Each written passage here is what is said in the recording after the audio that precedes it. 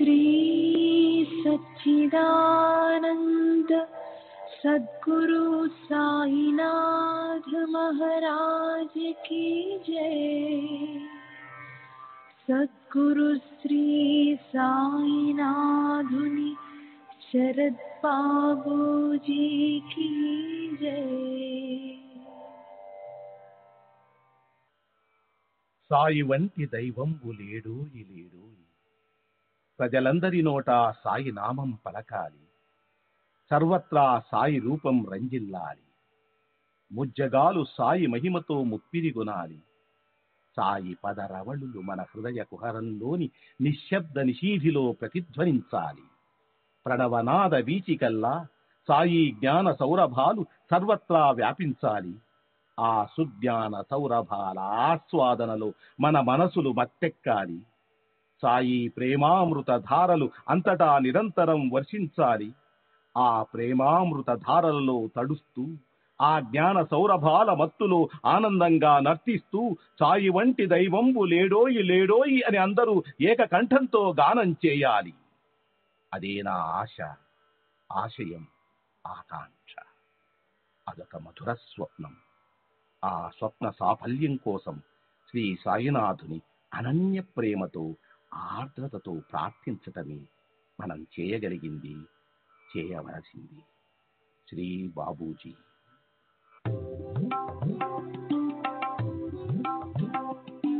సాయి బాబా, సాయి బాబా, సాయి బాబా, సాయి బాబా.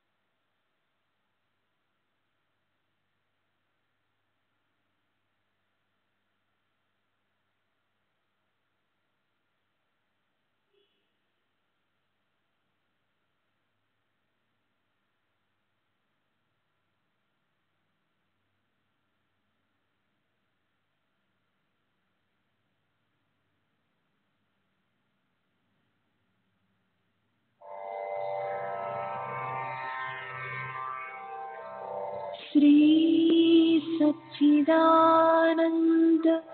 सद्गुरु साईनाथ महाराज की जय।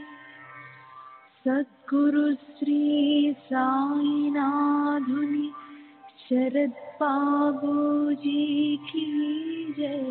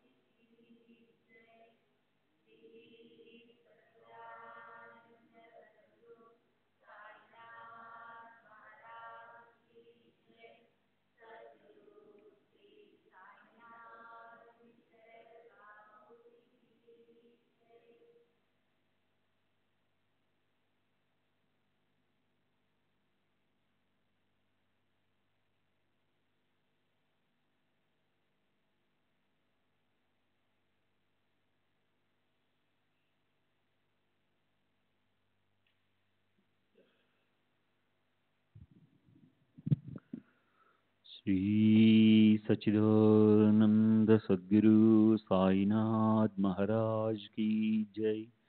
सद्गुरु श्री साईनाथ शरद बाबू जी की जय। శ్రీ సాయినాథాయ నమః.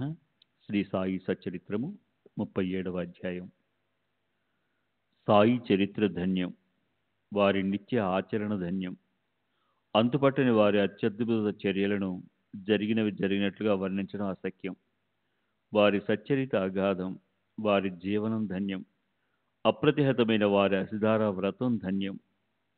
బాబా ఒకప్పుడు బ్రహ్మానందంలో ఉన్మత్తునులే ఉంటారు, ఒకప్పుడు ఆత్మజ్ఞానంలో తృప్తులై ఉంటారు, మరొకప్పుడు అన్నీ చేస్తూ ఉన్నా అలిప్తంగా ఉంటారు. ఇలా వారి స్థితి అస్థిరంగా ఉంటుంది. ఒకప్పుడు ఏ ప్రవృత్తి లేకుండా ఉంటారు, అంటే ఏం చేయకుండా నిద్రపోయే స్థితిలో ఉండరు. తమ ఆశయమందు మనసు నుంచి ఎల్లప్పుడూ ఆత్మస్వరూపంలో సావధానులై ఉంటారు. ఒకప్పుడు సాగరం వలె ప్రసన్నంగా ఉంటారు, కానీ వారి అంతు లోతు తెలియవు. అగాధమైన సముద్రం వంటి వారిని యథార్థంగా ఎవరు వర్ణించగలరు? వారికి పురుషులు సోదరులు వంటి వారు, స్త్రీలు తల్లి సమానులు లేదా అక్కా చెల్లెళ్ళు. వారు ఊర్ధ్వరతస్సు గల బ్రహ్మచారి అని అందరికీ తెలుసు. ఇటువంటి వారి సాంగత్యంలో లభించిన మనసు యొక్క నిశ్చలమైన స్థితి మరణం వరకు ఉండుగాక. వారి సేవ చేయాలన్న కోరిక స్థిరంగా ఉండుగాక. వారి చరణాలయందు అనన్యభక్తి దృఢపడుగాక. సర్వ ప్రాణులందు భగవద్భావం కలుగుగాక. సాయి నామమునందు అఖండ ప్రీతి కలుగుగాక. సాయి యొక్క ఒక్కో చర్యకు కారణాలను శోధించాలని ప్రయత్నించిన వారి మనసు పనిచేయక వారు తటస్థంగా ఊరికే ఉండిపోతారు. స్వర్గ సుఖాల కోసం అనేక మంది పరితపిస్తారు. భూలోకంలో మరణభీతి కలదని అంటారు. దీనిని తుచ్చంగా భావించి స్వర్గలోకాన్ని గొప్పగా వర్ణిస్తారు. అవ్యక్తం నుండి ఆకారానికి రావటం వ్యక్తస్థితి అని, మరల అదే అవ్యక్తంలో ప్రవేశించడం మృత్యు అని అంటారు. అధర్మం, అజ్ఞానం, రాగద్వేషాదులు మృత్యుపాశాలు. వారిని పూర్తిగా దాటిన వారికే స్వర్గలోకంలోకి ప్రవేశం. స్వర్గం. స్వర్గం అంటే ఏమిటి? వైరాగ్యమే స్వర్గలోకం. విశ్వమంతా వ్యాపించిన పరమేశ్వరుడే ఆత్మ అని తెలుసుకోవటం, మానసిక దుఃఖాలేవి లేకపోవటం స్వర్గం. అక్కడ వ్యాధుల బాధలు, చింతలు, దుఃఖాలు ఉండవు. అక్కడ ఆకలి దప్పులు ఉండవు. ఎవరూ వృద్ధాప్యంతో బాధపడరు. మృత్యుభయం లేకుండా ఏ విధి నిషేధాలు లేక జీవులు అత్యంత నిర్భయంగా సంచరించడమే దివ్యమైన స్వర్గస్థితి. ఆ బ్రహ్మ స్థావరాలలోనూ స్థావర జంగమాలలోనూ సంపూర్ణంగా ఉన్న అదే తత్వం మృత్యువు తర్వాత ఉంటుంది. అది అక్కడ మరియు పృథ్వీపైన భిన్నత్వం లేకుండా ఉంటుంది. అజ్ఞాన మోహంలో ఉన్న జీవుడు ప్రపంచ వ్యవహారాలను త్యజించినా అతనికి ఉపాధితో కూడి ఉన్న ఆత్మ బ్రహ్మ కానిది వలె భాషిస్తుంది.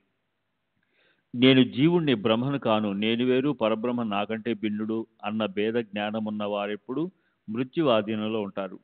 జననం వెనుక మరణం, మరణం వెనుక మరల జననం. ఈ జనన మరణాల చక్ర భ్రమణం వారి వెంటే ఉంటుంది. దుష్కరమైన యజ్ఞ దాన తపస్సుల వలనే లభించే స్వర్గం, నారాయణుని చరణ స్మరణ లేని స్వర్గలోకం ఎందుకు? కేవలం విషయభోగాలకు స్థానమైన స్వర్గభువనం మనకు అవసరం లేదు. గోవిందుని నామస్మరణ లేని చోటు మనకెందుకు? స్వర్గలోకమైనా లేక నరకలోకమైనా విషయ సుఖాలలో ఏమీ భేదం లేదు. దేవేంద్రుడికైనా గాడిదకైనా సుఖం ఒకటే. ఇంద్రుడు నందనవనంలో విహరిస్తే గాడిద పెంటకొప్పలో పోర్లాడుతుంది. అలా సుఖం ఒకటే. ఏ కాస్త భేదం లేకుండా సమానంగా ఉంటుంది. పుణ్యం క్షయమైపోగానే పడిపోయే స్వర్గం కోసం ఎందుకు ప్రయత్నించడం? అంతకంటే గొప్ప మహత్వం గల భూలోకంలో జన్మించడం మంచిది కదూ. కల్పం అంటే మానవులకు 432,20,00,000 సంవత్సరాలు పైగా ఆయువు ఉన్న బ్రహ్మలోకం యొక్క గొప్పతనం ఏముంది? అల్పాయుతో ఒక క్షణం ఉన్న భూలోకం వంటి చోటు మరొకట్లేదు. ఆయువు క్షణభంగురమైన ఏ పనైనా ఒక క్షణం చేసినా సర్వం ఈశ్వరార్పణం అని చేసేవారికి అభయస్థానం ప్రాప్తిస్తుంది. భగవద్భక్తులు లేని ప్రదేశం, గురువుల కథావర్ణన, హరి సంకీర్తన, సంగీత నృత్యాలు, దేవుని పూజ చేయని స్థానం ఎందుకు పనికొస్తుంది? బ్రహ్మ ఆత్మ ఒకటే అన్న అనుభవ జ్ఞాన ప్రాప్తికి అత్యంత శ్రేయస్కరమైన సాధనలు గొప్ప స్వర్గలోకం కంటే భూలోకమే ఉత్తమం. కాయ వాచ మనస పంచప్రాణాలను గురువుకు సమర్పించి నిశ్చయాత్మక బుద్ధిని కూడా ఆత్మలో లీనం చేసి అన్ని విధాల గురువు ఆధీనంలో ఉండాలి. ఈ విధంగా సద్గురువుకు శరణు చూచితే భవభయం అనే మాట ఎందుకుంటుంది? సకల దుఃఖాలను నివారించేవారుండగా ఇక ప్రాపంచిక కష్టాల గురించిన చింత ఎందుకు? అజ్ఞానం ఉన్న చోట భార్యాబిడ్డలు, పశుపక్షులు మొదలగు మాయా బంధనాలు ఉన్న చోట అహర్నిశలు ప్రపంచ చింతే ఉంటుంది. కానీ మంచి ఆలోచనలు అసలు రావు. ఈ అన్నిటికీ మూల కారణం అజ్ఞానం. ఇది అనేకత్వాన్ని, భ్రమను కలిగిస్తుంది. అందువల్ల ఆచార్యుల వద్ద సంస్కృతంలో ఉన్న వేద జ్ఞానాన్ని సంపాదించుకోవాలి. అజ్ఞానం తొలగిపోతే అనేకత్వ జ్ఞానం అణుమాత్రమైనా ఉండదు. ఈ ఏకత్వ జ్ఞానం కలిగిన వారికి జనన మరణాలు వదిలిపోతాయి. భేద దృష్టి ఏకాస్త ఉన్నవారైనా జనన మరణాల కష్టాలలో పడతారు. ప్రళయం మరియు సృష్టి వారి వెనకే ఉంటాయి. శ్రేయస్కరమైన విషయాన్ని ఆశించడం నిస్సందేహంగా జ్ఞానం. ప్రేయాన్ని మాత్రమే ఆశించడం అజ్ఞానం. మృత్యువే గొప్ప భవభయం. దాని నుండి నిర్భయం కావాలంటే గురుచరణ ద్వయాలను గట్టిగా పట్టుకోండి. వారు అద్వైత భక్తిని ప్రసాదిస్తారు. ద్వైతం ఉన్నది అంటే అక్కడే భయం కూడా ప్రవేశిస్తుంది. నిర్విశేష భేదరహితుడైన గురుచరణ సేవలో ఉన్న వారికి భయం ఏమాత్రం ఉండదు. గురువు నొసటన నిర్మలమైన ప్రేమ చందనాన్ని అద్దండి. వారికి భక్తి భావం అనే పీతాంబరాన్ని కట్టండి. వారు తమ భక్తులకు విశ్వంబరుని చూపిస్తారు. దృఢమైన శ్రద్ధ అనే సింహాసనాన్ని వారికి సమర్పించి అష్టభావాల ఆనందాశ్రు జలాలతో అభిషేకం చేస్తే వారు వెంటనే ప్రసన్నులవుతారు. భక్తి మేకలను వారి నడుముకు చుట్టి సర్వస్వాన్ని వారికి అర్పించి ప్రీతితో చివర ఆరతినివ్వండి. ఏదైనా కార్యం నశించిపోయినా అది తన అస్తిత్వాన్ని ఆశ్రయించే ఉంటుంది. రాయితో కుండను పగలగొట్టితే ఆ కుండ ఆకారం మాత్రమే పోతుంది, కానీ కుండ యొక్క అస్తిత్వమైన మట్టి అసలు లేకుండా పోవడం జరగదు. విరిగిన కుండ పెంకులతో కుండ ఆకారాన్ని మరల పొందవచ్చు కనుక ఏ కార్యం నశించిపోయినా అది తన అస్తిత్వాన్ని ఆశ్రయించి ఉంటుంది. అదే విధంగా ఎవరి మరణమైనా పర్యవసానం శూన్యత్వం కాదు. ఏ కార్యమైనా కారణం లేకుండా ఉండదు. అవ్యక్తం వ్యక్తమైన అది ఎల్లప్పుడూ సత్యాన్ని ఆశ్రయించి ఉంటుంది. అనుభవం ద్వారా ఇది అందరికీ తెలిసిందే. సూక్ష్మత్వంలోని న్యూనాధిక్యతలు కూడా దీనినే తెలుపుతాయి.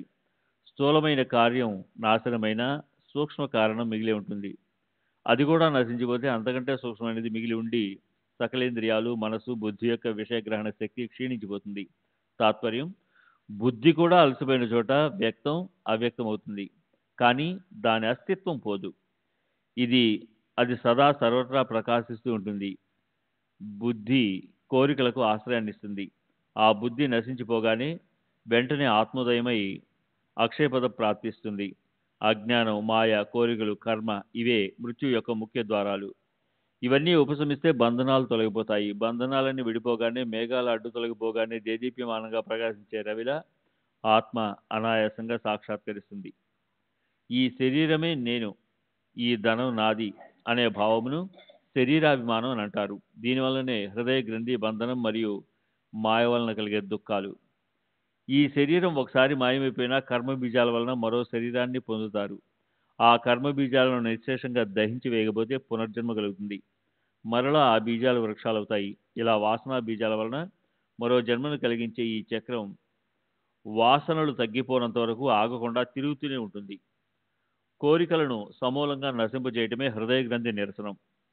అప్పుడే మనుష్యుడు మరణాన్ని అధిగమించి అమరుడవుతాడు. ఇదే వేదాంతోపదేశం. ధర్మాధర్మాలకు అతీతమైన స్థితిని విరజ అంటే కోరికలు లేని స్థితి అంటారు. ఇది అజ్ఞానాన్ని, వాసనలను సమూలంగా నశింపజేస్తుంది. ఇక్కడ మృత్యువు సామర్థ్యం ఏం సాగదు.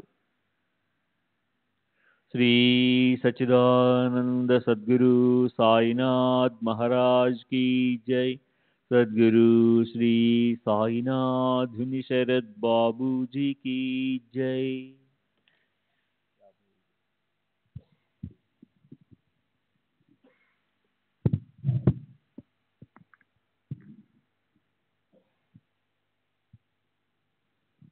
श्री सच्चिदानंद सद्गुरु साईनाथ महाराज की जय. सद्गुरु श्री साईनाथ शरद बाबू जी की जय. బ్రహ్మజ్ఞానం కలగడమే సకల అనిష్టాల నివృత్తి. అదే మనోభీష్ట ప్రాప్తి. ఇది శృతి ప్రామాణ్యం. బ్రహ్మ విద పోతి పరం. బ్రహ్మను తెలుసుకున్న వారికి పరమపద ప్రాప్తి, బ్రహ్మానందానికి ఇదే అంతిమ సాధనం. ఇంతకంటే పరమ శ్రేష్టమైనది ఏముంటుంది? తరతి శోకమాత్మవిత్. ఆత్మను తెలుసుకున్నవారు దుఃఖం నుండి తరిస్తారు. అజ్ఞానానికి మూలమైన భవార్ణాన్ని దాటడానికి బ్రహ్మజ్ఞానమే ఉపాయం. ఇదే సకల ప్రాప్తికి సాధనం. సంపూర్ణ శ్రద్ధ మరియు ధైర్యం, ఈ రెండు ఉమా మహేశ్వరులు. వారి కృపా హస్తం శిరస్సుపై లేకపోతే హృదయంలోని విశ్వంబరుడు కనిపించడు. సాయినాథ గురువర్యుల వచనాలు అమోఘమైన శక్తి గలవి. శ్రద్ధానిష్టలతో పాటు సహనం కూడా ఉంటే మహా ఐశ్వర్యాన్ని పొందుతారని వారు చెప్పారు. ఈ దృశ్య జగత్తంతా అసత్యం అంటే అస్తిత్వం లేనిది అని దీనిని ఒప్పుకోవలసినదే. స్వప్నంలో ప్రత్యక్షంగా చూచినదంతా మేలుకోగానే అదృశ్యమైపోతుంది. బుద్ధి ఇంతవరకే ఆలోచించగలదు మరియు ఆత్మస్వరూప విషయంలో సరియైన అవగాహన ఇంతవరకే. కానీ సత్ మరియు అసత్ అనేవి లేవు అన్న తత్వం యొక్క భావనే నిజమైన ఆత్మ.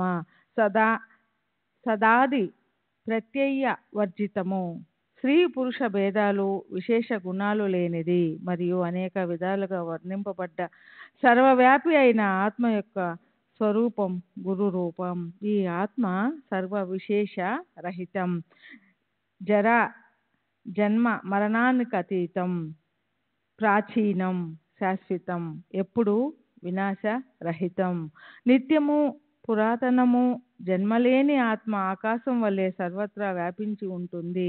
ఆత్మ అవిచ్యం, వృద్ధి లేనిది, మార్పు లేనిది, శబ్దము రూపము లేనిది, అనాది, అనంతం, అవ్యయం, ఏ వాసన రుచి లేనిది, అలిప్తం. ఆత్మస్వరూపాన్ని ఎవరు వర్ణించగలరు? కళ్ళకు కనిపించని ఇటువంటి నిర్గుణమైన ఆత్మ అజ్ఞానం వలన తెలియబడడం లేదు. ఈ అజ్ఞానాన్ని జ్ఞానంతో తొలగించాలి. ఆత్మను శూన్యమని ఎప్పుడూ అనకూడదు. శ్రీ సాయి యొక్క పరమహంస స్థితి, వారి వైభవ సంపత్తి ఎంత గొప్పది! కాలం దోచుకొని పోయిన ఆ సంపత్తిని మరలా చూడగలమా?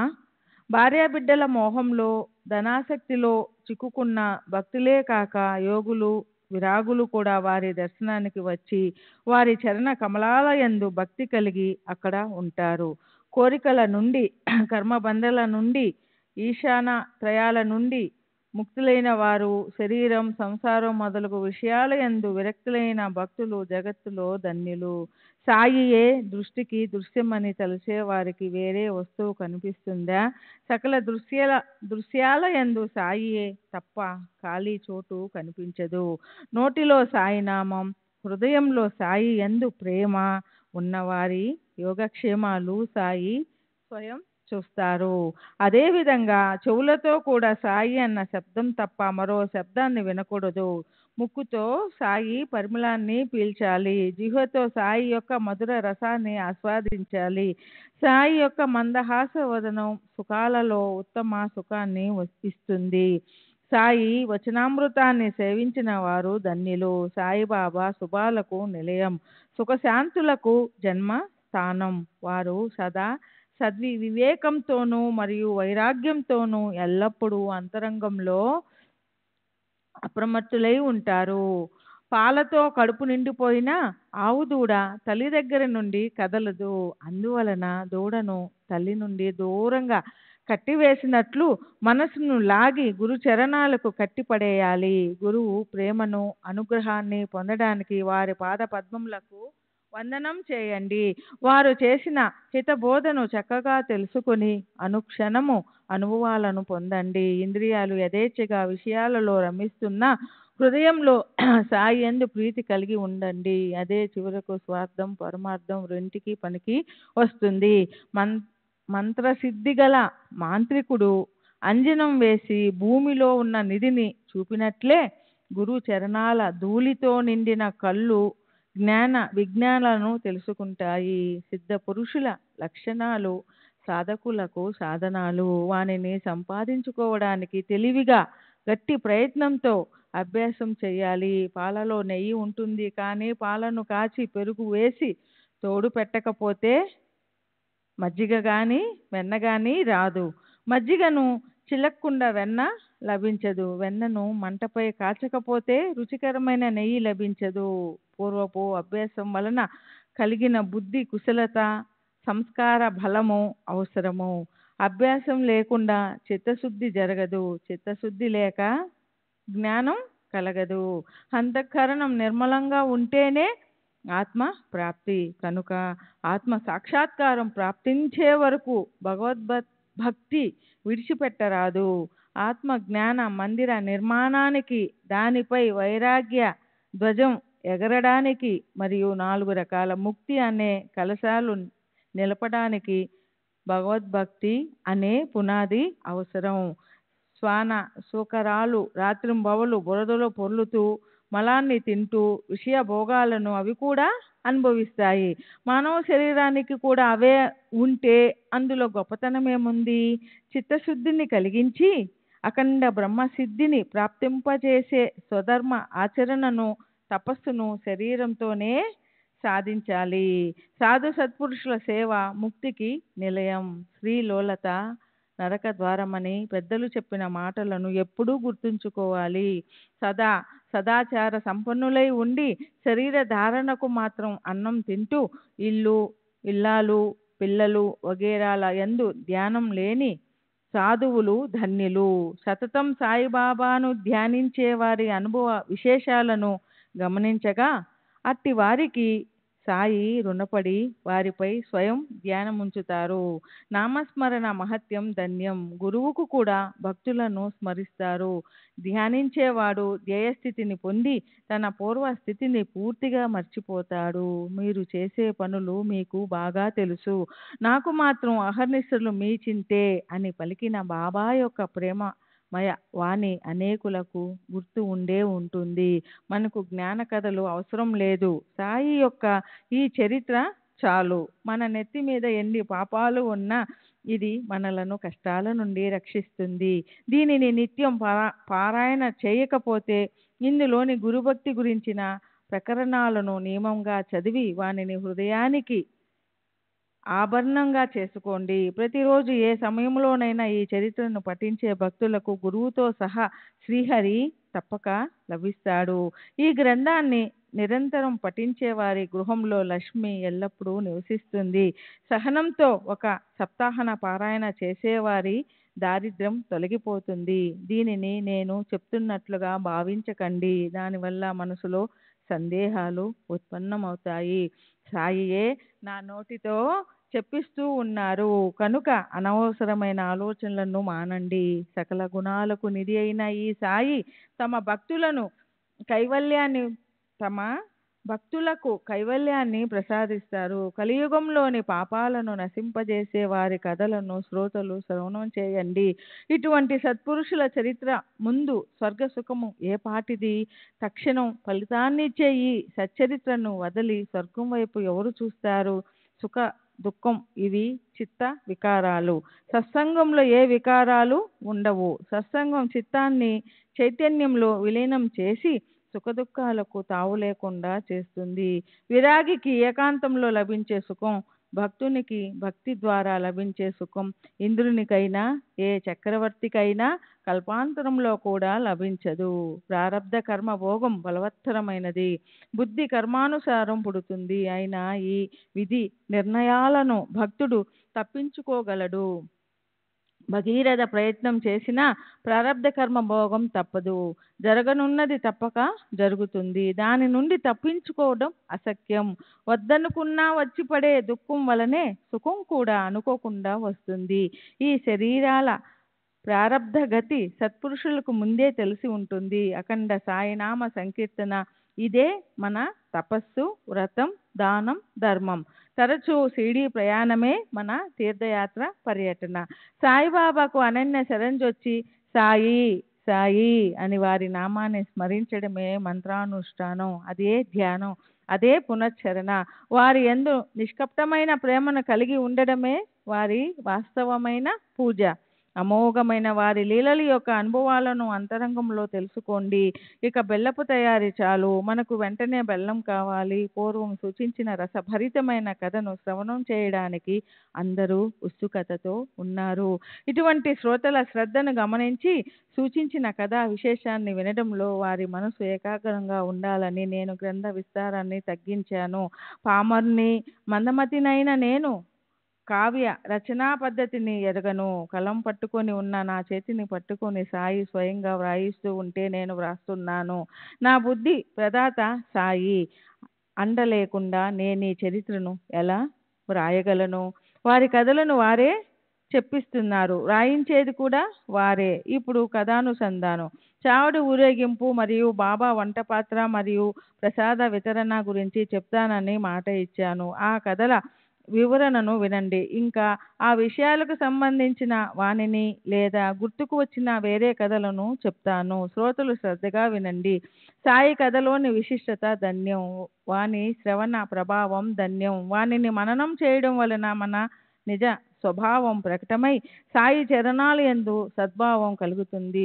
ఇప్పుడు ముందుగా చావడిని గురించి వర్ణిస్తాను. బాబా నియమంగా రోజు విడిచి రోజు చావడిలో శయనించేవారు. ఒక రాత్రి మసీదులో, రెండవ రాత్రి చావడిలో గడిపేవారు.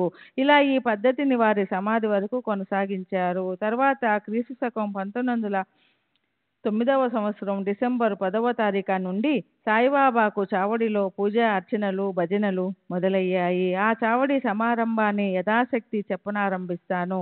సాయి దయ అనే ఉత్సాహంతో పరమాత్మ ప్రాప్తి కలుగుతుంది. బాబా చావడికి వెళ్ళే రోజు భజన మండలి వారు మసీదుకు వచ్చి మధ్యాహ్నం 2వ జాము వరకు మండపంలో భజన చేసేవారు. వెనుక వైపు శోభయమానంగా రథం, కుడివైపు తులసి బృందావనం, వాని ఎదుట బాబా కూర్చునేవారు. మధ్య భజన చేసే భక్తులు, హరి సంకీర్తనలో ప్రేమ ఉన్న భక్తులు, స్త్రీలు పురుషులు త్వరగా సభా మండపంలోకి వచ్చి భజనకు హాజరయ్యేవారు. ఒకరు తాళాలు, ఒకరు చిరుతలు, ఒకరు మృదంగం, ఒకరు కంజరి మోగిస్తూ పెద్ద స్వరంతో భజన చేసేవారు. సాయి సమర్థులు సూదంటురాయి వలె తమ సహజమైన ఆకర్షణ శక్తితో ఇనుము వంటి జడులైన భక్తులను వారికి తెలియకుండానే తమ పాదాల వద్దకు లాక్కొని వచ్చేవారు.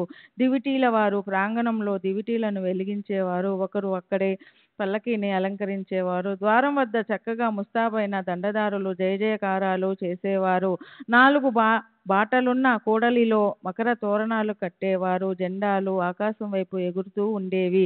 బాలురు కొత్త బట్టలను ధరించి ఆభరణాలను అలంకరించేవారు. మసీదు పరిసరాలలో వెలుగుతున్న అనేక దీపాల వరుసలుండేవి. ద్వారం వద్ద బాబా గుర్రం శ్యామకర్ణ చక్కగా అలంకరించబడి ఉండేది. ఇంతలో తాత్య పాటేలు భక్తులతో పాటు వచ్చి బాబా వద్ద కూర్చొని బాబా వెంట బయలుదేరడానికి సిద్ధంగా ఉండేవాడు. బాబా తయారుగా ఉన్న తాత్య పాటలు వచ్చే వరకు అతని కోసం ఎదురు చూస్తూ తమ స్థలంలోనే కూర్చొని ఉండేవారు. తాత్య బాబా చేయి పట్టుకొని లేపితే బాబా లేచి చావడికి బయలుదేరేవారు. తాత్యాబాను మామ అని పిలిచేవాడు. వారిలో పరస్పరం అంతటి ప్రేమ. ఇటువంటి వారి ఆప్త ధర్మాన్ని దేనితోనూ పోల్చలేం. బాబా రోజు ధరించే కఫ్నీతో చంకులో సటకా పెట్టుకొని పొగాకును చిలుము గొట్టాన్ని తీసుకొని భుజంపై రుమాలును వేసుకొని సిద్ధంగా ఉండేవారు. తాత్య వారి శరీరంపై అందమైన జరి అంచు శాలువాను చక్కగా తలపై కూడా ఉండేలా కప్పేవాడు. ఆ తరువాత బాబా వెనుకనున్న గోడ క్రింద ఉన్న కర్రలను ముందు భాగాన్ని తమ కుడి కాలి బొటన వ్రేలితో ఒక క్షణం కదిపేవారు. అట్లే అక్కడ వెలుగుతున్న దీపాన్ని స్వయంగా కుడి చేత్తో ఆర్పివేసిన తర్వాత చావడికి బయలుదేరేవారు. బాబా బయలుదేరబోతూ ఉండగా వాయిద్యాలు మ్రోగేవి, టపాకాయలు వెలిగేవి, నలుదిక్కుల దివిటీలు ప్రకాశించేవి. కొందరు ధనుసులా వంగి ఉన్న కొమ్ము బూరను ఊదేవారు. కొందరు తాళాలు చిరుతలు వాయించేవారు, చప్పట్లు కొట్టేవారు అమితంగా ఉండేవారు. తంబూర మృదంగ నాదాలతో సాయి నామ ఘోషతో భజనతో స్త్రీలు పురుషులు ప్రేమగా వరుసగా నడిచేవారు. ఒకరు ఊరేగింపు పతాకాన్ని, మరొకరు గరుడ ధ్వజాన్ని పట్టుకొని నాట్యం చేస్తూ గెంతుతూ భజన చేస్తూ బయలుదేరేవారు. అందరూ అత్యంత ఆనందంగా తప్పెట్లు బకాలు జయ జయకార ధ్వనులతో పతాకాన్ని పట్టుకొని నడుస్తూ ఉంటే శ్యామకర్ణ తై తై నాట్యం చేసేది. అలా వాయిద్యాల చప్పుళ్లతో బాబా మసీదు నుండి బయలుదేరి మెట్ల వద్దకు చేరుకోసరికి ద్వారపాలకులు గట్టిగా పరాకులు పలికేవారు. తాళాలు తప్పెట్లు వగైరా వాయిద్యాలతో భక్తులు అక్కడ ఆనందంగా భజన చేసేవారు. చేత్తో పతాకాలను పట్టుకొని భక్తులు ఆనందంగా నడుస్తుంటే బాబాకు ఇరువైపులా 2 వివనలను వీచేవారు. శాలువాలను దుప్పట్లను మడిచి బాబా నడిచే దారిలో పరచి వానిపై బాబాను చేయి పట్టుకొని నడిపించేవారు. వారిపై వింజామరలను వీచేవారు. తాత్యాబా ఎడమ చేతిని, మహల్సపతి బాబా కుడి చేతిని పట్టుకునేవారు. బాబు సాహెబ్ జోగ్ బాబా శిరస్సుపై ఛత్రాన్ని పట్టుకోగా ఊరేగింపు చావుడి వైపు సాగేది. కాళ్ళ గజ్జెలు గలగలలాడగా సర్వ ఆభరణాలతో అలంకరించబడిన ఎర్రటి గుర్రం శ్యామకర్ణ ముందు ఉండేది. దండదారులు ముందు నడుస్తూ సాయి నామాన్ని ఘోషిస్తూ ఛత్రాన్ని పట్టుకునేవారు. కొందరు వింజామరలను వీచేవారు. అనేక రకాల వాయిద్యాలు మ్రోగుతూ ఉండగా భక్తులు జయ జయకారాలు చేస్తూ నడిచేవారు. దండదారులు ప్రేమగా జయ జయకారాలు చేసేవారు. హరినామాన్ని ఉచ్చరిస్తూ తాళాలు తప్పెట్లు మృదంగం మొదలగు వాయిద్యాల చప్పుళ్లకు అనుగుణంగా జయకారాలు చేస్తూ నడిచేవారు. భజన చేసే భక్తులు ఆనందంగా దారిలో సాయి యొక్క జయ జయకారాలు చేస్తూ నలువైపులా దారులున్న కూడలిలో ఆగేవారు. తప్పెట్లు తాళాలు మొదలగు వాయిద్యాలు చాలా బాగా మ్రోగేవి. ఒకటే సాయినామ ఘోష. ప్రేమగా సంతోషంగా భజన జరిగేది. శ్రీ సచ్చిదానంద సద్గురు సాయినాథ్ మహారాజ్ की जय। सद्गुरु श्री साईनाथुनि शरद बाबू जी की जय।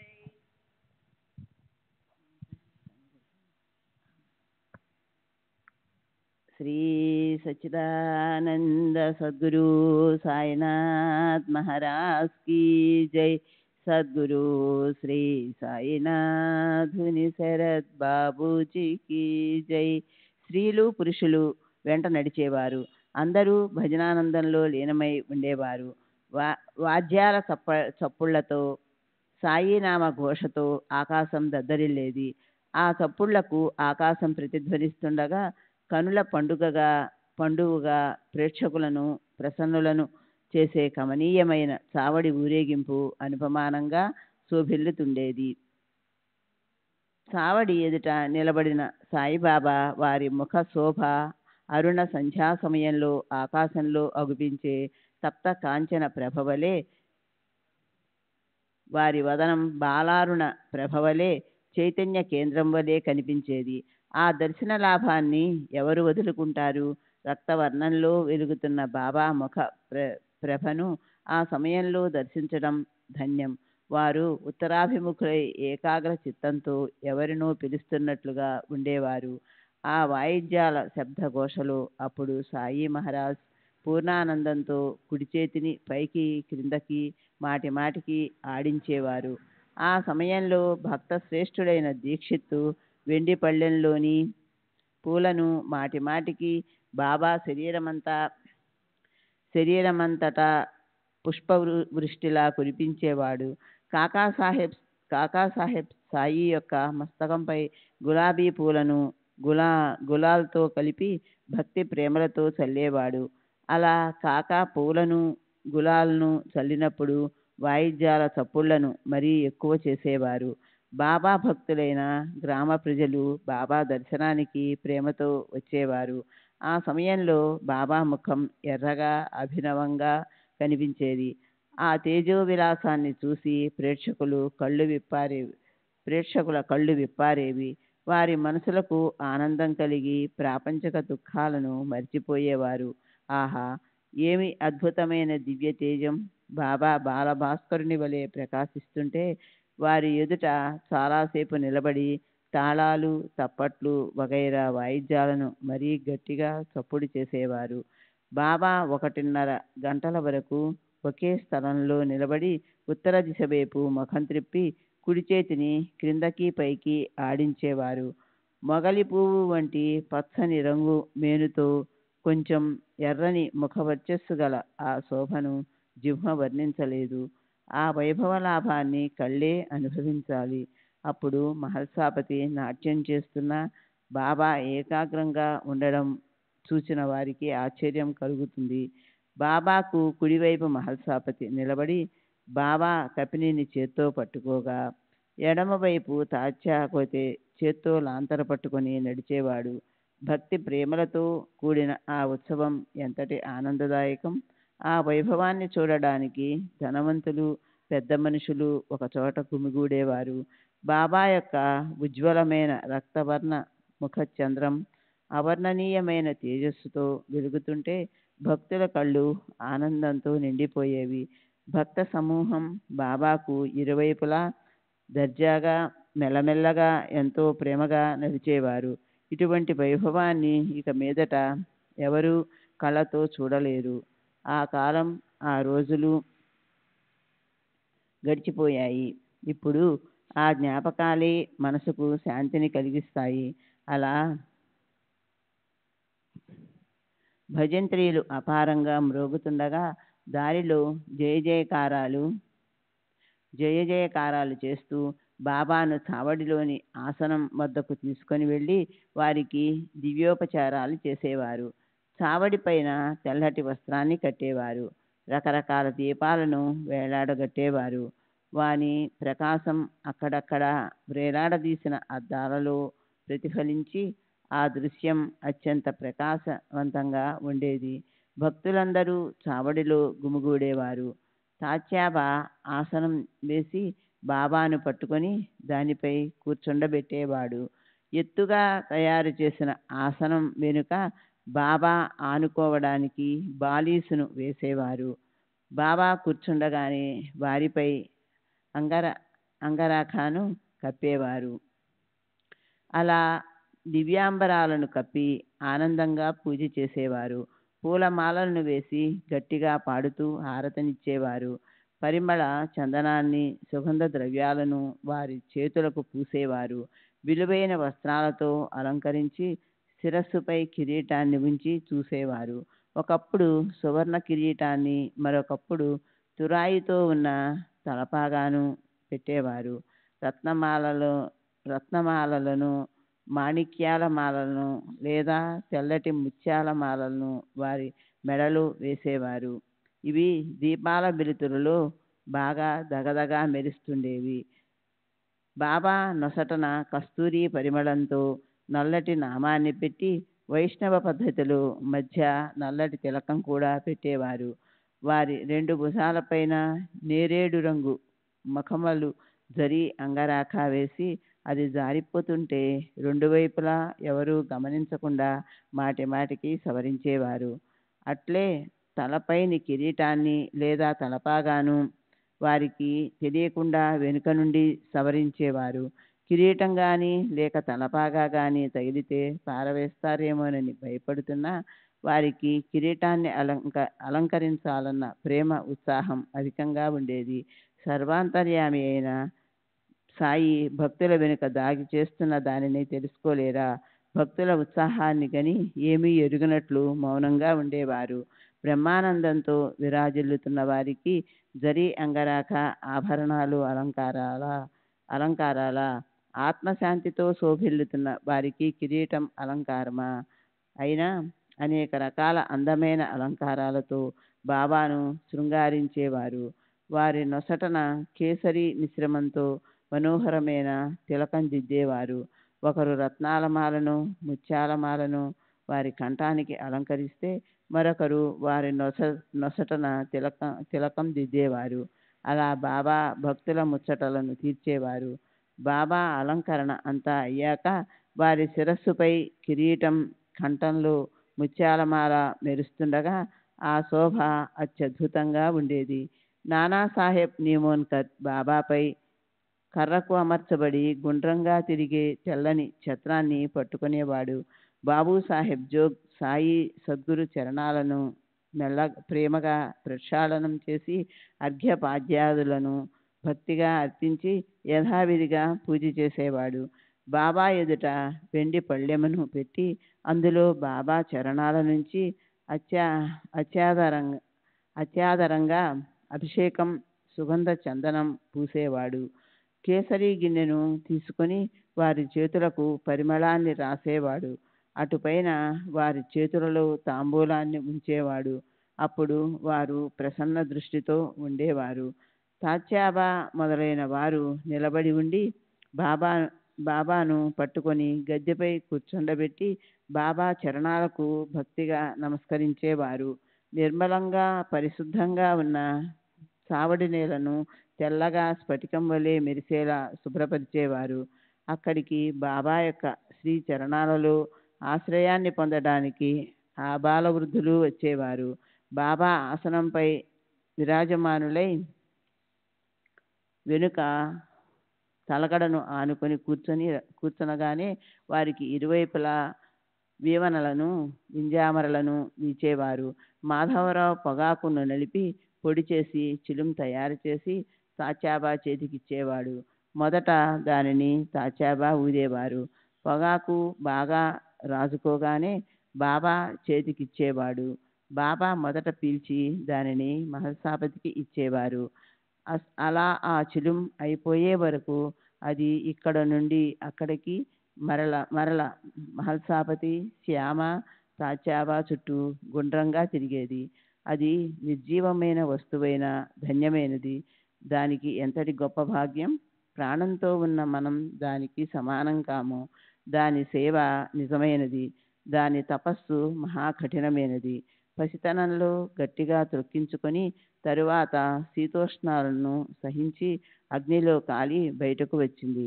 దాని భాగ్యం కొద్దీ బాబా కరస్పర్శను పొంది ధునిలో కాలి ఎర్ర రంగును పూసుకొని చివర బాబా ముఖ చుంబనాన్ని పొందింది. భక్తులు బాబా 2 చేతులకు కర్పూర కేసరాలతో కలిపిన చందనం అద్దేవారు. కంఠమందు పూలమాలలు వేసి సువాసనను పీల్చటానికి వారికి పూల గుత్తిని ఇచ్చేవారు. మందహాసవదనంతో ఎప్పుడూ అత్యంత ప్రేమగా దయగా అవలోకించే సాయికి అలంకారాల యందు అభిమానం ఎందుకుంటుంది? అంతా భక్తుల ముచ్చటను తీర్చటానికే. భక్తి అనే ఆభరణాన్ని, శాంతి అనే భూషణాన్ని అలంకరించుకున్న వారికి ఈ లౌకిక మణిమాలల శృంగారం ఏమవసరం? మూర్తీభవించిన వైరాగ్యానికి పచ్చలహారం ఎందుకు? భక్తులిచ్చిన వారిని మెడలో వేసుకొని వారి కోరికలను తీర్చడానికి. బంగారపు పచ్చలహారం 8 వరుసలు గాని 16 వరుసలు గాని ముత్యాల మాల నీలిరంగు కమలాలతో కలిసి అభినవంగా శోభించేది. వారి మెడలోని మల్లెలు, మొల్లలు మరియు తులసిమాలలు పాదాల వరకు వ్రేలాడుతుండేవి. అపూర్వమైన ముత్యాలహారాలు వారి కంఠాన దగదగా మెరుస్తుండేవి. బంగారపు పచ్చలహార పతకం బాబా ఛాతీపై వ్రేలాడేది. వారి నొసటన అందంగా నల్లని తిలకం అత్యంత ఆకర్షణీయంగా శోభించేది. శిరస్సు పైన జలతారు శాలువాతో ఛత్ర చామరాల సేవలలో వైష్ణవ భక్తుని వలె తేజస్సుతో భాసిల్లే వారిని ఫకీరని అనగలమా? మంగళ వాయిద్యాల చప్పుడులో జోగ్గు ప్రేమతో సంభరంగా చేతిలో పంచారతిని పట్టుకొని బాబాకు హారతనిచ్చేవాడు. పంచోపచార పూజలు చేసి బాబాకు మెరిసిపోయే పంచారతిని, కర్పూర నీరాజనాన్ని ఇచ్చేవాడు. ఆ హారతి ముగిసిన తరువాత భక్తులు ఒక్కొక్కరుగా బాబాకు సాష్టాంగ ప్రణామం చేసి అందరూ తమ ఇళ్లకు బయలుదేరేవారు. అత్తరు, పన్నీరు మరియు చిలుము బాబాకు ఇచ్చి వారు అనుమతిని తీసుకొని తాచాబా తన ఇంటికి వెళ్ళడానికి బయలుదేరగా బాబా అతనితో వెళ్ళితే వెళ్ళు, కానీ రాత్రి మధ్యన నన్ను గమనిస్తూ ఉండు అని చెప్పేవారు. సరేనంటూ తాచా చావడి నుండి తన ఇంటికి వెళ్ళేవాడు. అలా జనమంతా వెళ్ళిపోయాక బాబా స్వహస్తాలతో మూటను విప్పి, ధోవతులను తీసి మడతలు విప్పి తమ చేతులు తమ ప్రక్కను పరుచుకునేవారు. 65 శుభ్రమైన దుప్పట్లను తాము స్వయంగా పరుచుకొని వానిపై పడుకునేవారు. ఇటువంటి చావడి కథను ఇంతవరకు జరిగినట్లుగా చెప్పటం జరిగింది. ఇక రెండవ కథ తరువాతి అధ్యాయంలో వర్ణించబడుతుంది. శ్రోతలు క్షమించాలి. అగాధమైన సాయి మహిమలను సంక్షిప్తంగా చెప్పడానికి వీలు కాదు. అవి విస్తరిస్తూనే ఉంటాయి. ఇక సాయి యొక్క వంటపాత్ర కథ మిగతా విశేషాలు తరువాతి అధ్యాయాలలో చెప్తాను. శ్రద్ధగా వినండి. అనవతరం గురు స్మరణలో ఉండటమే హేమాడ్ పంత్ స్వార్థం. అదే అతని పరమార్థం. గురు చరణాలకు అభివందనం చేయడంలోనే కృతార్థత. కారణం ఆ పాదాల వద్దనే 4 పురుషార్థాలు ఉన్నాయి. స్వస్తి శ్రీ సంత సజ్జన ప్రేరితము భక్త హేమాడ్ పంత్ విరచితము అయిన శ్రీ సాయి సమర్థ సచ్చరితంలో చావడి వర్ణనమును 37వ అధ్యాయం సంపూర్ణం. శ్రీ సద్గురు సాయినాథార్పణమస్తు. శుభం భవతు.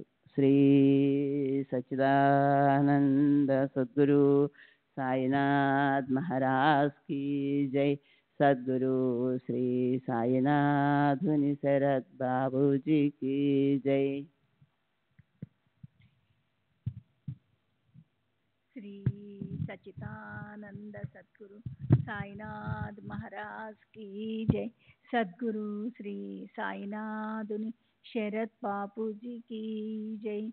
శ్రీ సాయి సచ్చరిత్ర 38వ అధ్యాయం. శ్రీ గణేశాయ నమః. శ్రీ సరస్వతే నమః. శ్రీ గురుభ్యో నమః. శ్రీ కులదేవతాయ నమః. శ్రీ సీతారామచంద్రాభ్యాయ నమః. శ్రీ సద్గురు సాయినాథాయ నమః. సకల జగత్తుకు ఆనందాన్నిచ్చేవారు. భక్తుల కోరికలను తీర్చడానికి తత్పురులు చరణాలను ఆశ్రయించిన వారి త్రితాపాలను హరించే గురువరా, మీ పాదాలకు వందనములు. శరణుజొచ్చిన వారిని రక్షించే పరమ ఉదార, శరణాగత భక్తోద్ధర, మీరు లోకాన్ని ఉద్ధరించడానికి అవతరించారు. జయ జయ ద్వైత దళాన, జయ జయ భక్త మనోమోహన, జయ జయ భవహరణ, జయ కరుణాఘన గురుదేవ. ఎంతటి భాగ్యఫలమో, మీ చరణాలను కళ్ళతో చూశాము. మీ సమగమ సుఖంలోని ఆనందాన్ని అనుభవించాము. గతించిపోయిన ఆ సమయం మళ్ళీ రాదు. బ్రహ్మ యొక్క మూసలో శుద్ధ ఆత్మ స్వరూపాన్ని పోస్తే వచ్చిన అందమైన ఆకారమూర్తియే సత్పురుష శ్రేష్ఠులైన సాయి. సాయియే ఆత్మారాముడు, సాయియే పూర్ణానందధాముడు. వారు స్వయం ఏ కోరికలు లేనివారు. భక్తులను నిష్కాములుగా చేస్తారు. సర్వధర్మాలను రక్షించేవారు. బ్రహ్మ క్షత్ర తేజస్సుతో మృత్యువును కూడా భక్షించే వారి సుగుణాలను వర్ణిస్తారు. జనన మరణాలకు సంబంధించిన బంధనాలను త్రెంచేసే వారికి జడుణ్ణి అంధుణ్ణి అయినా నేను సాష్టాంగ వందనం చేస్తున్నాను. గత అధ్యాయంలో సాయినాథుని చావడి ఊరేగింపును ఉత్సాహంగా వర్ణించాము. ఈ అధ్యాయంలో అఖండ సుఖాన్నిచ్చే వంట పాత్రను గురించి వినండి. పసిబిడ్డలకు తినడం మాత్రమే తెలుసు, కానీ ఏమి తినాలో వారికి తెలియదు. పాలు పట్టాలా లేక అన్నం పెట్టాలా అన్న చింత తల్లికే. అట్లే మా సాయి మాత నా చేత కలం పట్టించి నా ప్రబంధాన్ని తమ భక్తులపైన ప్రేమతో వారి కోసం వ్రాయిస్తున్నారు. ప్రతి యుగంలో మోక్షప్రాప్తికి మానవులు చేయవలసిన ప్రమాణ సిద్ధమైన ధర్మాలను, సాధనలను శాస్త్రాల్లో చెప్పారు. అవి కృతయుగంలో తపస్సు, త్రేతాయుగంలో జ్ఞానం, ద్వాపరయుగంలో యజ్ఞం, కలియుగంలో దానం. దాన ధర్మాలను ఎల్లప్పుడూ చేస్తూ ఉండవలసినదే. అయినా ఆకలి తీరటం పరమధర్మం. నిత్యం నియమంగా అన్నదానం చేయటం కర్మలలో ముఖ్య కర్మ. మధ్యాహ్నం 12 అయితే చాలు, అన్నం తినకపోతే ప్రాణం ఆందోళన పడిపోతుంది.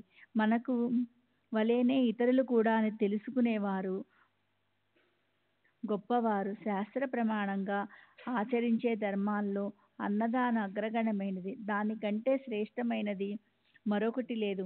అన్నం పరబ్రహ్మ స్వరూపం. అన్నంలో నుండే ప్రాణులు ఉత్పన్నమవుతాయి. జీవులను జీవింపచేసే సాధనం అన్నమే. చివరకు జీవులు అన్నంలోనే కలిసిపోతారు. సమయాలలో ఎప్పుడైనా సరే వచ్చిన అతిథులను గృహస్థులు అన్నదానంతో సంతృష్టి పరచాలి. అన్నం పెట్టకుండా అతిథులను తిప్పి పంపించేస్తే దుర్గతిని ఆహ్వానించుకున్నట్లే. వస్త్రాది వస్తువులు దానంలో యోగ్యతను చూడవచ్చు, అన్నదానంలో పాత్రతను చూడనవసరం లేదు. ఎవరు ఎప్పుడు గుమ్మం వద్దకు వచ్చినా సరే వారికి అన్నం పెట్టకుండా అనాధారం చేయటం మంచిది కాదు. వేదాలలో అన్నదాన మహత్యాన్ని చెప్పారు. అందుకే బాబా కూడా లౌకిక రీతిని ఆచరిస్తూ అన్న సంతర్పణం చేసేవారు. చంద్రుడు లేని తారల వలె, పతకం లేని హారం వలె ధనాధనం లేదా ఇతర దానాలు ఎన్ని చేసినా అన్నదానం లేకుండా అవి సంపూర్ణం కావు. షడ్రసాలలో పప్పు శ్రేష్టమైనట్లు పుణ్యాలలో పుణ్యం అన్నదానం.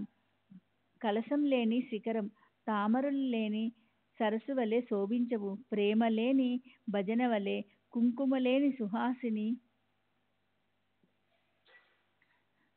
సుహాసిని వలె, సుస్వరం లేకుండా పాడాలనే వ్యర్థ ప్రయత్నం వలె, ఉప్పు లేని మజ్జిగ వలె బాగుగా ఉండవు.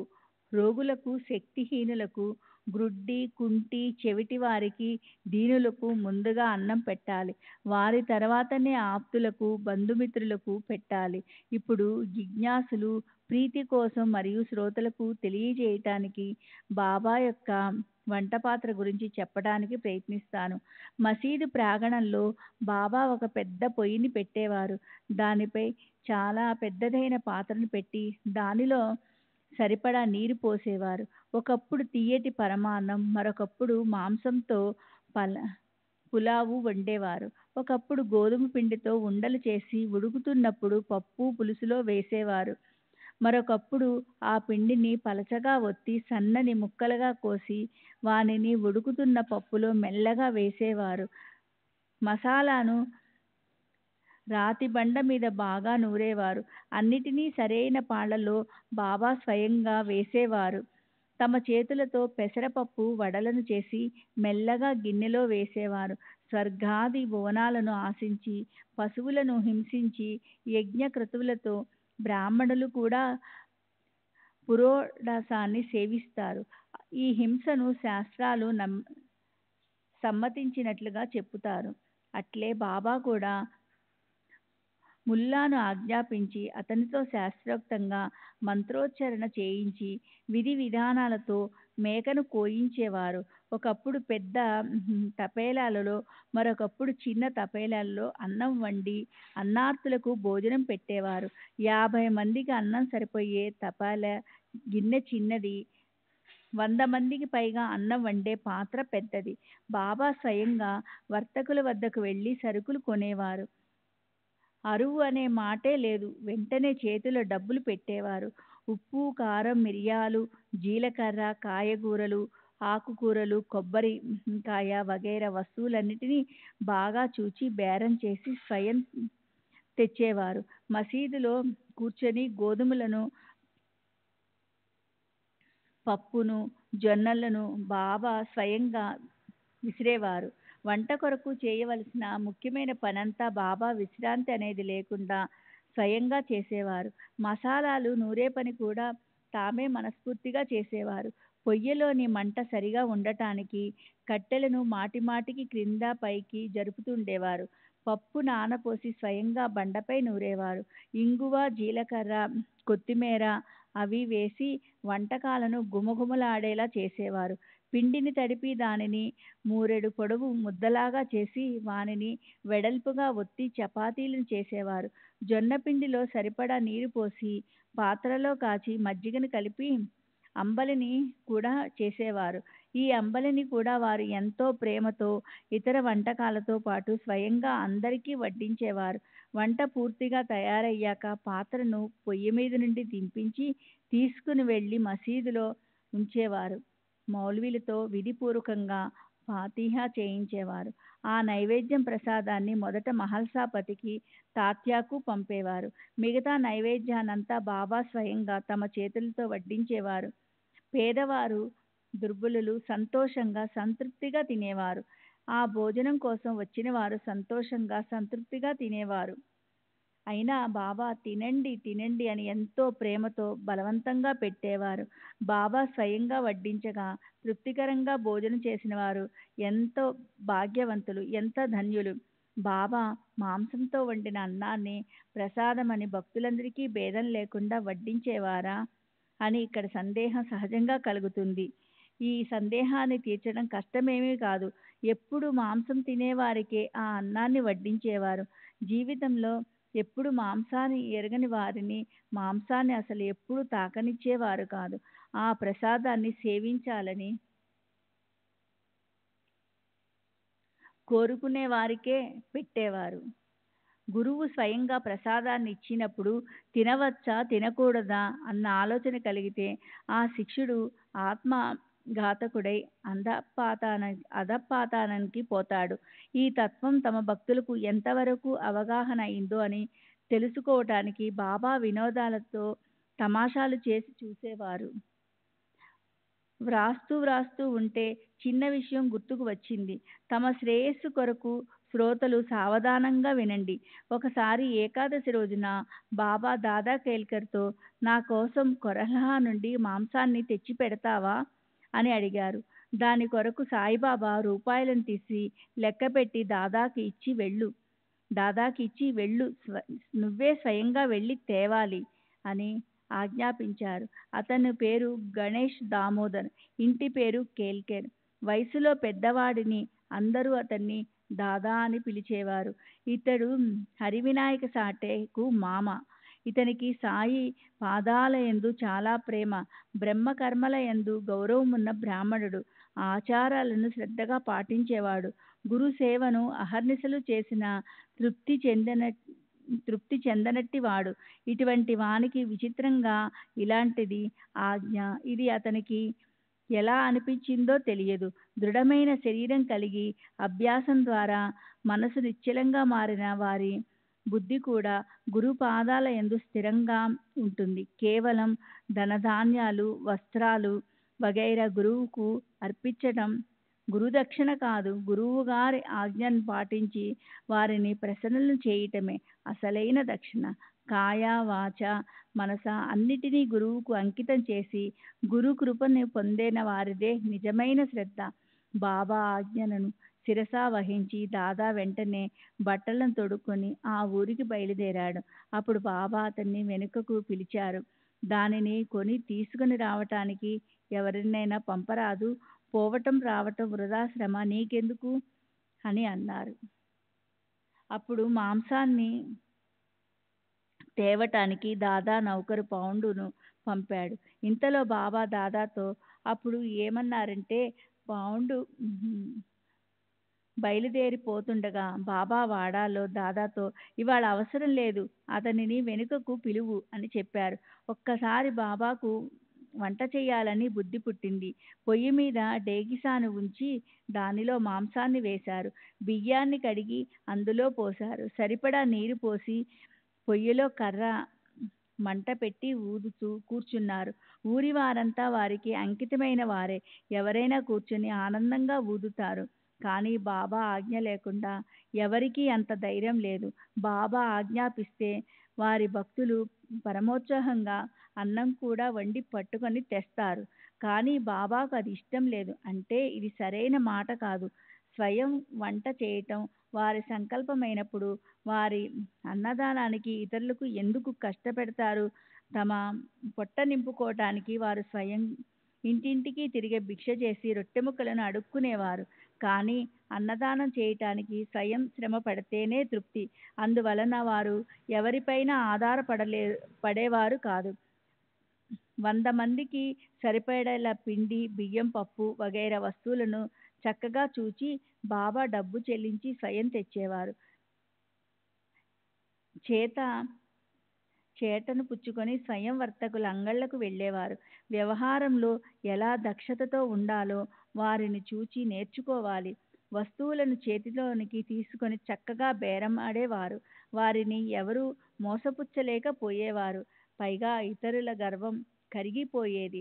ఒక్క పైసా అయినా వ్యర్థం కాకుండా చక్కగా ధర కట్టి లెక్క చేసినట్లు నటించినా 5 అడిగితే 10 వెంటనే ఇచ్చేసేవారు.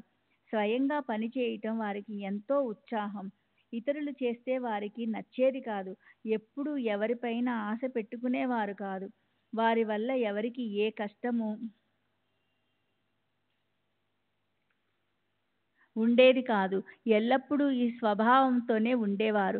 అందువలనే వంట చేయటంలో ఎవరి సహాయాన్ని ఆపేక్షించేవారు కాదు. వంట మాత్రమేనా, దుని కొరకు కట్టెలను ఉంచే గది యొక్క ముందు భాగం 3 వంతుల గోడ బాబా తమ స్వహస్తాలతో నిర్మించినదే. పనివాడు మట్టిని బాగా కలిపి ఇస్తే ఆ బాబా తమ చేతితో తాపిన పట్టుకొని ఇటుకలను వరుసగా పేర్చుతూ గోడ కట్టేవారు. వారు చేయని పని ఏముంది? మసీదును స్వయంగా అలికేవారు. చేత్తో తమ కఫినిని, లంగోటిని కట్టుకునేవారు. ఎవరిపైన ఆశ పెట్టుకునేవారు కాదు.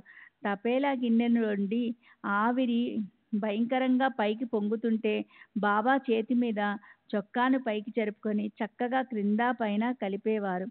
తపేలాలో కుతకుతలాడుతూ ఉడుకుతున్న సమయాన కలపవలసినప్పుడు బాబా అమోఘమైన లీలలను కనబరిచేవారు. రక్తమాంసాల వారి చేతికి కుతకుత ఉడుకుతున్న తపేలాలో ఉంచిన వారి ముఖంలో భయం గాని లేక వారి చేతిపై కాలిన గుర్తు గాని కనిపించేవి కావు. భక్తుల శిరస్సుపై పడగానే త్రితాపాలను తొలగించి వారి హస్తాన్ని అగ్ని ఎలా బాధ పెట్టగలదు? అగ్నికి వారి మహిమ తెలియదా? బాబా నానపోసిన పప్పును రాతిబండ పైన పోసుకొని చక్కగా ఏరి స్వయంగా సన్నికలతో నూరి తమ చేత్తో పెసరవడలను వేసేవారు. తర్వాత వానిని మెల్లగా పాత్రలో వేసి అడుగు మాడకుండా కలిపేవారు. తయారయ్యాక పాత్రను కిందకి దించి ప్రసాదాన్ని అందరికీ పంచేవారు.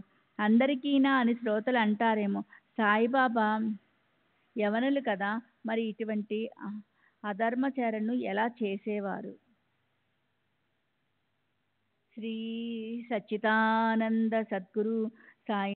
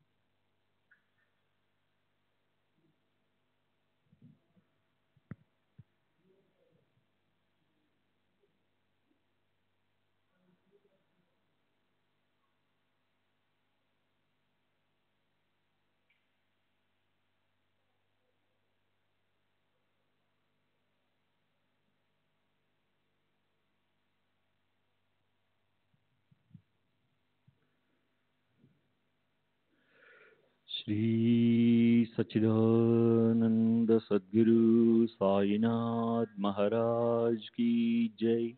सद्गुरु श्री साईनाथ शरद बाबू जी की जय। साई रहम नजर करना, बच्चों का पालन करना। साई रहम नजर करना, बच्चों का पालन करना। जाना तुमने जगत पसार, सब ही झूठ जमाना। जाना तुमने जगत पसार, सब ही झूठ जमाना। साई रहम नजर करना, बच्चों का पालन करना। साई रहम नजर करना, बच्चों का पालन करना। मैं अंधा हूँ बंदा आपका, मुझसे पथ दिखलाना। मैं अंधा हूँ बंदा आपका, मुझसे पथ दिखलाना। साई रहम नजर करना, बच्चों का पालन करना। साई रहम नजर करना, बच्चों का पालन करना। दासगण कहे अब क्या बोलूं, थक गई मेरी रसना। दासगण कहे अब क्या बोलूं, थक गई मेरी रसना। साई रहम नजर करना, बच्चों का पालन करना। साई रहम नजर करना, बच्चों का पालन करना। रहमो नजर करो अब मोरे साई, तुम बिना नहीं मुझे माँ बाप भाई। रहमो नजर करो मैं हूँ बंदा तुम्हारा, मैं अंधा हूँ बंदा तुम्हारा, मैं ना जानू, मैं ना जानू, मैं ना जानू, अल्लाह इलाही रहमो नज़र करो, रहमो नज़र करो, अबू मोरे साई, तुम बिना नहीं मुझे माँ बाप भाई, रहमो नज़र करो, काली जमाना मैंने गमाया, काली जमाना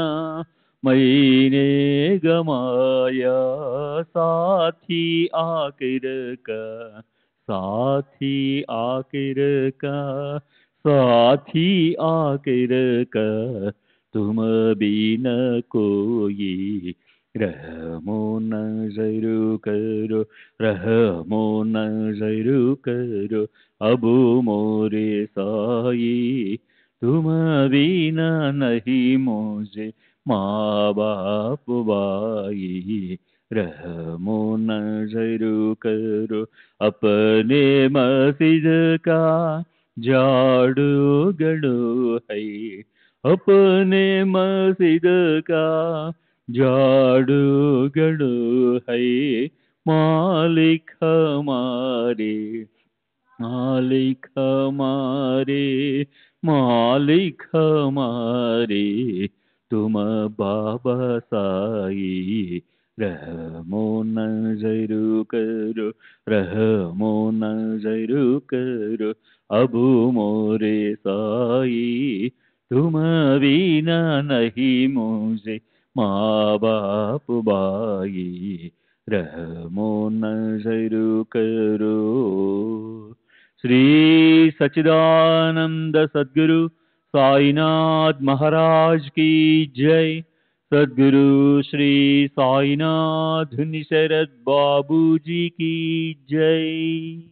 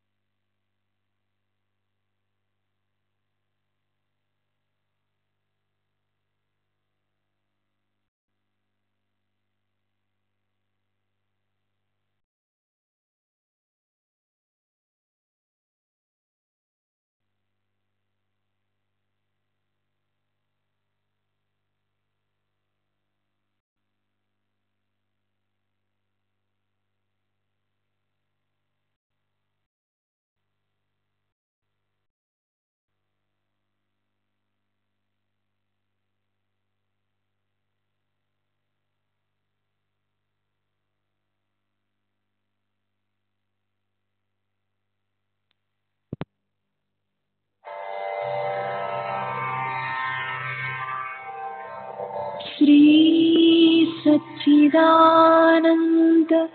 सद्गुरु साईनाथ।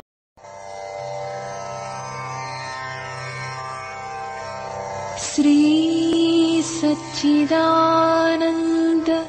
सद्गुरु साईनाथ महाराज की जय। सद्गुरु श्री साईनाथुनि शरद बाबू जी की जय।